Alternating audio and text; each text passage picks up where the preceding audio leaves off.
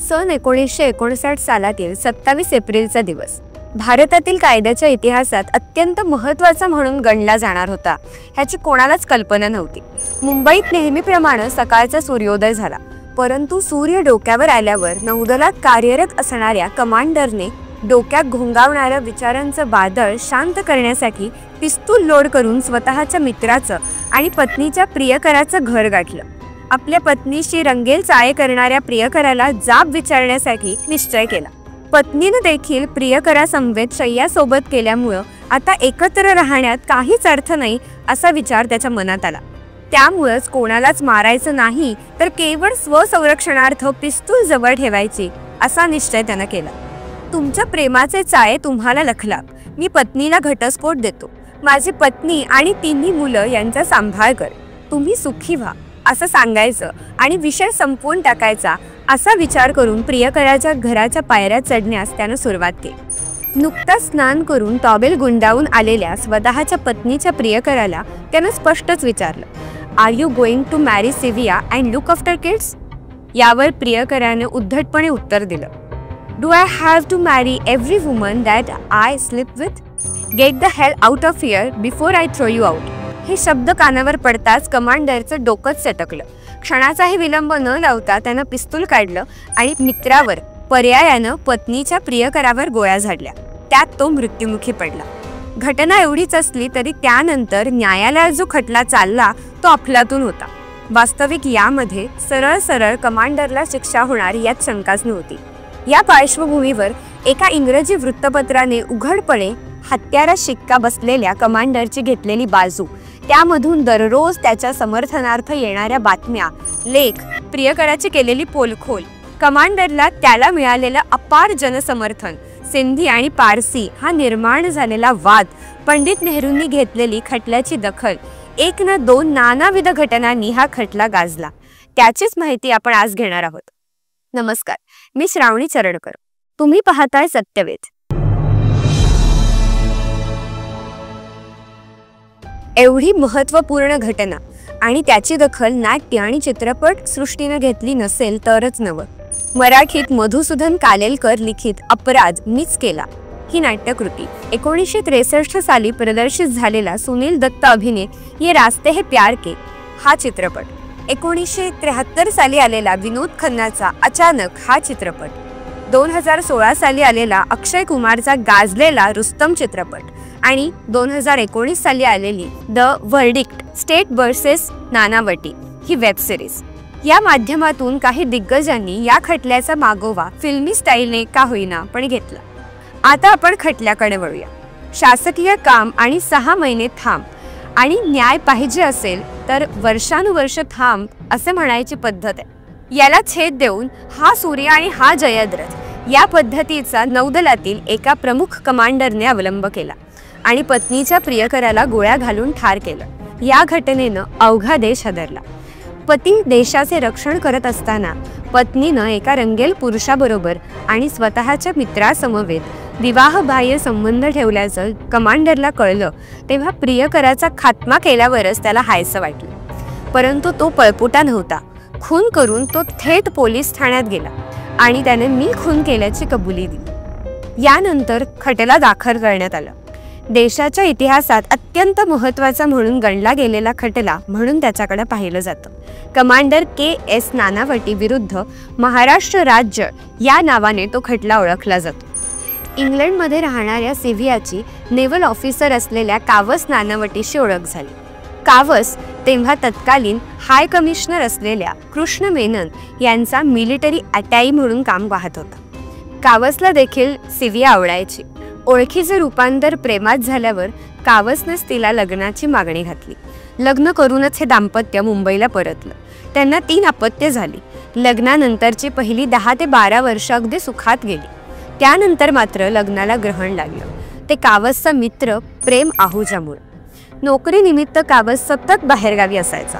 घरी कावसचे आई वडील, पत्नी आणि 3 मुलं। याचाच फायदा प्रेमने घेऊन सिव्हियाला आपल्या प्रेमाच्या जाळ्यात ओढलं। कावस बाहेरगावी असलेल्या शरीराची भूक भागवण्यासाठी तिला प्रेम चांगला वाटला। एक दिवस अचानक कावस घरी परतल्यावर त्याला पत्नी आणि प्रेम यांचे सुरू असलेले रंगेल चाळे समजले. त्यांना काय करावं हेच समजेना. त्यांनी आपल्या समोर बसवून पत्नीला खरं काय ते सांगायला सांगितलं. पत्नीनं देखील काहीही आडपडदा न ठेवता सर्व काही सांगितलं आणि त्यांच्या पायाखालची वाळूच सरकली. सिव्याने स्पष्टच सांगितलं की ती प्रेमला विसरू शकत नाही. कावस समवेत घटस्फोट घेऊन प्रेम समवेत लग्न करून त्याच्या मिठीत राहण्याची माझी इच्छा आहे, परंतु प्रेम मला स्वीकारेल की नाही याची तिला कल्पना नव्हती. तरीही त्यांनी डोकं शांत ठेवलं. दिनांक 27 एप्रिल 1960 रोजी दुपारी कावसने पत्नी आणि मुलांना टॉम थंब हा चित्रपट पाहायला पाठवलं आणि प्रेमकडे गेले. माझ्या पत्नीला आणि तुझ्या प्रेयसीला मुलांसकट स्वीकार एवढंच त्यांना प्रेमला सांगायचं होतं. जाताना त्यांनी खबरदारीचा उपाय म्हणून स्वतःजवळ पिस्तूल ठेवली. अंघोळ करून आलेल्या प्रेमला त्याने पत्नीसह मुलांना स्वीकारावं असं सांगितलं. त्यावेळी प्रेमनं उद्धटपणे मी ज्या महिलांशी शय्यासोबत करतो त्या प्रत्येकाबरोबर लग्न करणं मला शक्य नसल्याचं सांगितलं. तेथे मात्र कावस यांचा तोल सुटला आणि त्यांनी प्रेमवर गोळ्या झाडल्या. त्यामध्ये प्रेम रक्ताच्या थारोळ्यात पडला. यानंतर ते शांतपणे बाहेर पडले आणि थेट नौदल कमांडच्या कार्यालयात गेले आणि सरेंडर झाले. तेथून त्यांना पोलीस ठाण्यात आणण्यात आलं. तेथेही त्यांनी जे घडलं ते सांगितलं. खटला न्यायालयात दाखल झाला. प्रारंभी खटल्याचं स्वरूप भावनेच्या भरात कावस नानावटी यांनी चुकून झालेल्या गोळीतून प्रेमचा खून झाला असं होतं. मात्र प्रेमची बहीण आणि सिवियाची मैत्रीण मॅमी आहुजाने कमांडर नानावटींवर त्यांनी अतिशय शांत डोक्याने योजनाबद्ध रीतीने प्रेमचा खून केला असा आरोप केला आणि तो खटला गुंतागुंतीचा झाला. या कालावधीत इंग्रजीतील ब्लिट्स या दैनिकाचे संपादक रूसी करंजिया हे ठामपणे कावस यांच्या पाठीमागे उभे राहिले. त्या काळात वृत्तपत्रांचा फार मोठा पगडा समाजमनावर होता. त्या पार्श्वभूमीवर ब्लिट्सने कावस याची प्रतिमा निष्ठावान नौदल अधिकारी अशी तर प्रेमची प्रतिमा रंगेल, दारूबाज, स्त्रीलंपट अशी रंगवली. अर्थात ते असत्य नव्हतं. यामुळे जनभावना कावस नानावटी यांच्या बाजूने वळली. न्यायालयात मॅमी आहुजांनी दिलेल्या सरकारी वकिलांच्या पाठीमागे सुप्रसिद्ध वकील राम जेठमलानी होते असे बऱ्याच जणांचे म्हणणे आहे. खटल्याचे न्यायाधीश होते रतिलाल भाईचंद मेहता. याशिवाय 9 ज्युरींची निकाल देण्याकरिता नेमणूक करण्यात आली होती. यामध्ये 5 हिंदू, 2 पारसी, 1 ॲग्लो इंडियन आणि 1 कॅथलिक यांचा समावेश होता. खटल्या सुनावणीस आल्या असता असंख्य आरोप प्रत्यारोपांच्या फैरी झाल्या. त्या काळात सुनावणी ऐकण्यासाठी न्यायालयात उभे राहायला जागा नसायची. खटल्यात सरकार पक्षातर्फे 24 तर नानावटींच्या बाजूने 13 साक्षीदार तपासण्यात आले. सर्वात महत्त्वाची साक्ष ठरली ती कावस यांची पत्नी सिवियाची. सिवियानं न्यायालयातच प्रेम समवेत सुरू असलेल्या प्रेम प्रकरणाची कबुली दिली. तसेच हे सर्व कावसला सांगितल्यावर तो आपल्या आयुष्यातून दूर जाऊन आत्महत्या करणार असल्याची तिला वाटणारी भीती देखील तिनं स्पष्ट केली. प्रेमने लग्नाचे आमिष दाखवून आपल्याशी शरीर संबंध प्रस्थापित केले आणि नंतर त्याने लग्नास नकार दिल्याचेही सिवियाने न्यायालयात सांगितले. एका परीने सिवियाने आपली चूक झाली असल्याचं मान्य करून कावसची भूमिका योग्य असल्याचेच अधोरेखित केलं. अखेर निकालाचा दिवस उजाडला. दिनांक 21 ऑक्टोबर 1959 रोजी 9 ज्युरींनी 9 विरुद्ध 1 अशा मताने कावस नानावटी नॉट गिल्टी असा निकाल दिला आणि न्यायालयात एकच जल्लोष झाला. परंतु हा निर्णय न्यायाधीश मेहता यांना पसंत पडला नाही. त्यांनी ज्युरींचा निकाल हा पुराव्यावर आधारित नसल्याचं मत व्यक्त करून खटला हायकोर्टात दाखल करण्याची शिफारस केली. दिनांक 8 फेब्रुवारी 1960 रोजी हा खटला हायकोर्टात दाखल झाला. दिनांक 9 मार्च 1960 रोजी खटल्याचा निकाल लागला आणि कावस नानावटी यांना जन्मठेप झाली. निकाल जाहीर होताच दिनांक 11 मार्च रोजी राज्याचे तत्कालीन राज्यपाल प्रकाश यांनी जर नानावटी यांना त्यांचे निर्दोषत्व सुप्रीम कोर्टात सिद्ध करायचे असेल तर त्यांना तुरुंगाऐवजी नेव्हल कस्टडी द्यावी असे निर्देश दिले. पंतप्रधान पंडित नेहरू यांनीही नानावटींना नौदल कस्टडीत ठेवावं या शिफारसीला संमती दिली. यावरून संसदेत गदारोळ झाला. पंतप्रधान आणि राज्यपाल न्याय क्षेत्रात ढवळाढवळ करीत आहेत असा आरोप विरोधी पक्षांनी केला. यावेळी उडालेला विरोधाचा धुरळा काही दिवसांनंतर खाली बसला. कालांतराने हा खटला 9 ऑक्टोबरला सुप्रीम कोर्टात दाखल झाला. नानावटींचे वकीलपत्र ॲडव्होकेट गोपाल पाठक यांनी घेतलं. ते काही वर्षांनी भारताचे उपराष्ट्रपती झाले. तर सरकारच्या बाजूने ॲडव्होकेट MC सेटलवार यांनी कामकाज पाहिलं. अखेर दिनांक 24 नोव्हेंबरला 1960ला सुप्रीम कोर्टाने हायकोर्टाचा निकाल कायम ठेवून कावस नानावटींच्या जन्मठेपेच्या शिक्षेवर शिक्कामोर्तब केलं. हा निकाल ऐकून कावस यांची पत्नी ब्रिटिश वंशाची सिव्हिया मात्र ठामपणे कावस यांच्या पाठीमागं उभी राहिली. माझ्या मूर्खपणाची आणि स्वार्थीपणाची शिक्षा माझ्या पतीला देऊ नका, यामध्ये कावस यांची काहीही चूक नाही, असं पत्र तिनं थेट राज्यपालांना लिहिलं. कावस यांच्या सुटकेसाठी नागरिकही रस्त्यावर उतरले आणि सुमारे 20,000 नागरिकांनी मोर्चा काढला. या सर्वाचा परिणाम म्हणून तत्कालीन राज्यपाल विजयालक्ष्मी पंडित यांनी कावस यांना माफ करण्याचा निर्णय घेतला.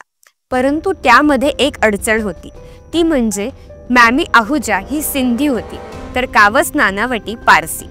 कावस यांना माफी दिली असती तर सिंधी समाज चिडला असता.